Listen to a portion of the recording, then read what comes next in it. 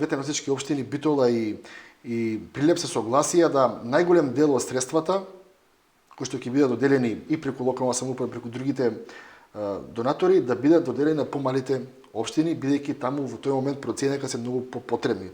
Се работеше за канализација, за луѓе, за атмосферска фекална, така што сметам дека имаат одлична соработка, сите општини полека, но сигурно излегуваат на површина. Тука имаме на пример општина Могила, недавно бев во посета на општина Могила, тие имаат еден добар проект кој што е во 150.000 евра. Тоа е со Грција прегодишна соработка.